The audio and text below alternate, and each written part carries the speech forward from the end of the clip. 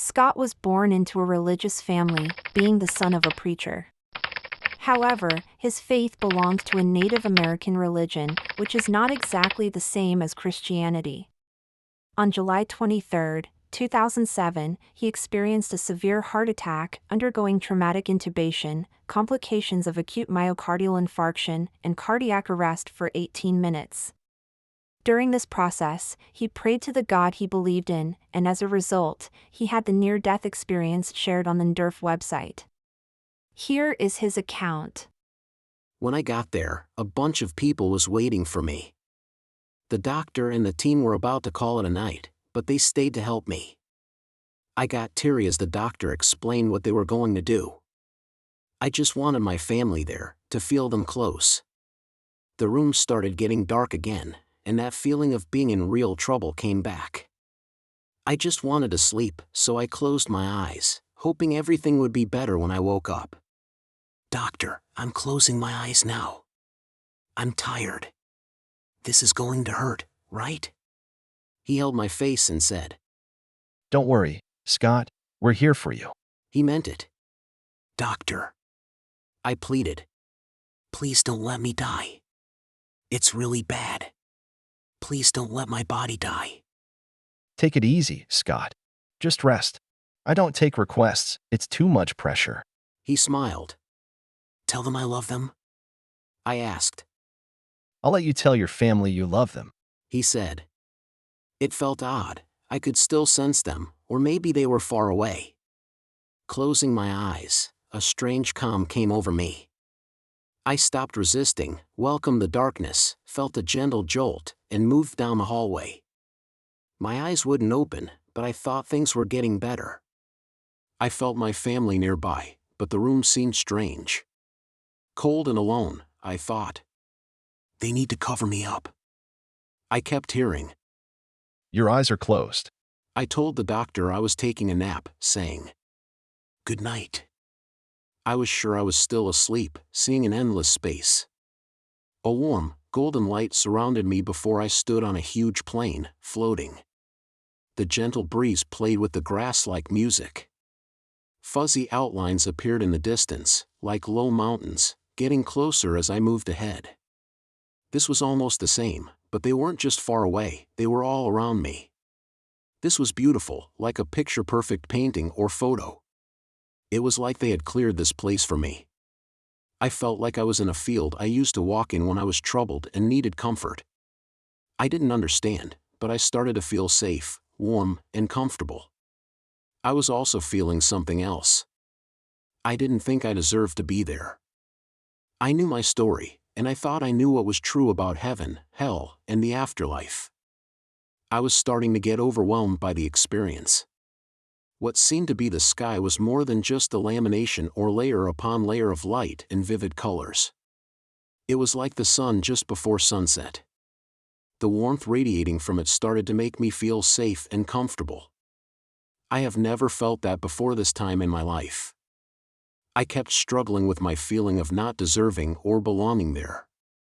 Each time I felt that struggle, I would realize that each of these things was not just things I was seeing, they were a part of me, and I was a part of them. The more I surrendered, the more I could feel a hum and this vibration going through my body. For the first time, I noticed my body wasn't my body. It looked like it, but I was not in the same form. It shimmered. Although it seemed like it was my body from Earth, it wasn't. Although it seemed like I still had my senses, they seemed bigger, deeper, and different. The vibration was gentle but always present. At times, it would sound like voices, instruments, and oddly like birds and other sounds I couldn't identify. I remember having a thought. "I can see why people think they hear angels singing."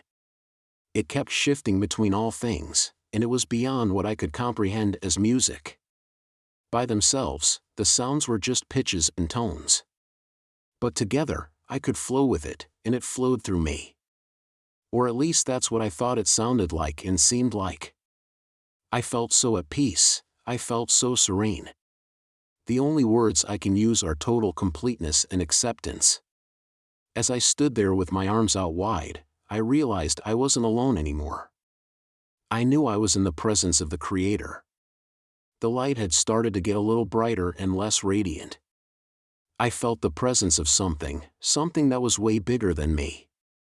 I was in awe of it, and the fear I felt was my own shame. I kept telling myself, I know I didn't believe, I know I wasn't worthy. Yet, I felt that the presence was honored that I was there. Whatever it was that I could feel, experience, and see, we were all connected. I was home. I was back. It was strange that I felt sad because I didn't get to say goodbye to my family. I felt sadness and anger. I felt guilt and shame amidst the beauty I saw and felt. From the distance, I saw an outline of someone coming towards me. I felt like I knew this person very well, and it knew me very well, too well. I remember questioning, could it be real? But I couldn't hold back my doubt. It was only a short time, and she was before me. She was dressed in what looked like a bright but beautiful, loud flower-patterned dress wrapped around her. When she got closer, I thought, what? Who is she? That's Grandma, and she's wearing a muumuu. She was very pretty and had an orchid in her hair. She was younger, much younger than I remembered her, and so was my grandfather, who was next to her. He was wearing a white shirt, cream-colored pants, and a fedora hat that was pulled down a bit over his eyes. We stood there what seemed like for a long time, hugging. It seemed like I was crying, for joy and for sadness. I could feel my grandfather's presence again, and then he seemed to be more as a silent observer than a participant. I stepped back and looked at my grandma and said, I died, didn't I? She smiled and swung her arm down. I looked at Grandma and said, I'm screwed, okay? I've seen enough. I felt so sad and sorry that my family was on their way and would have to come to this. I could see them as I floated past the emergency room, past the roof of the hospital, on a dark road. My ex-wife and children were calling out to me, telling me to hold on and wait for them. I said I'd be okay and I'd be waiting for them. They were saying they loved me. I felt so sad that I wasn't going to be able to be a part of my son's life. I didn't get to say goodbye. This can't be happening. I was angry for several reasons for a moment, but it seemed to melt away. I looked at Grandma and asked her, what about those who have committed horrible acts against children and other humans? I continued, what about those who are evil at heart, lie, steal, cheat, and what is it that they deserve? The same thing as those who try to be good people. I leaned closer to her and whispered, like no one could hear us. Is this, or are we here, Grandma, because of our church? Or the way we believed, or our faith? She looked at me and smiled, and said so sweetly, Son, it's not about this place. There is only one time we have in our presence, in our reality, in our time. This is the only time, you are you. We suffer for what we do while we are here. We have our consequences for what we do while we live. We are loved. We don't get judged here. We don't suffer here. Our time was a gift. I asked, Grandma, then where's everyone? Just as I was finishing my words, the sight that I thought was the distant mountains came closer. As it closed in on me, I could suddenly feel an overwhelming presence of others. They had no shape at first, I could only feel them. Then I could see shimmering forms of what looked like bodies. I could make out faces, people, but I didn't know them. There was no physical or emotional bond. Yet I still felt like I was part of them and they a part of me. I did feel consciousness forming, but not like we know or understand. It was just doing its task. It was doing what it's supposed to do, and that's all it knew. Then it became clear, all of it, all things knew what it was supposed to do. Something was directing it. I could see molecules, atoms connecting, intersecting, building, and becoming new life forms and consciousnesses. Galaxies, stars, fish, trees, air, water, man are all patterned forms, built from all over the universe. Then we were back in the field, but it didn't stop there. Yet, I saw that for me, for us to return to that source, love, to the place where it all began, we had to do just that, face the truth of where it all began. We need to see the trail that was behind what we thought was the truth.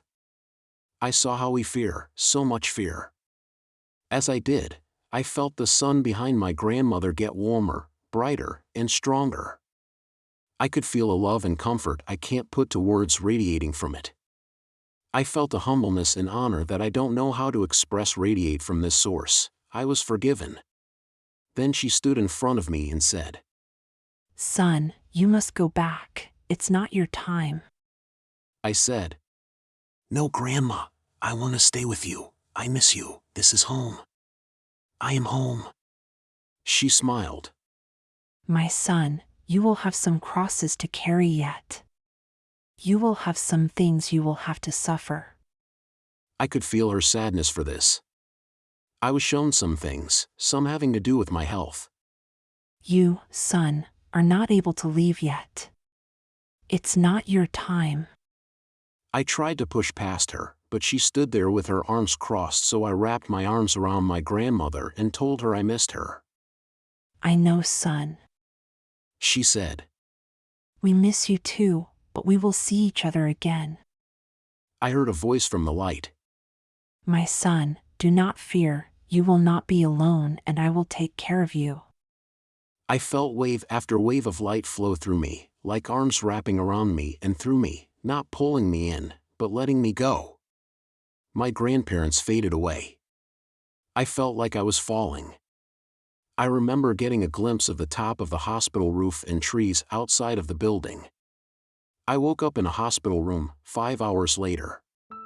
I was on complete life support. I had a pump in my heart because it couldn't pump on its own. I had tubes down my throat and stomach because I couldn't breathe and wasn't getting any oxygen in my blood, bottles of IVs hanging everywhere. I was awake and very aware of my surroundings. I was in the hospital for 12 days and back to work in 8 weeks. Although I have had some ups and downs in my life, the blessings I've received have been amazing.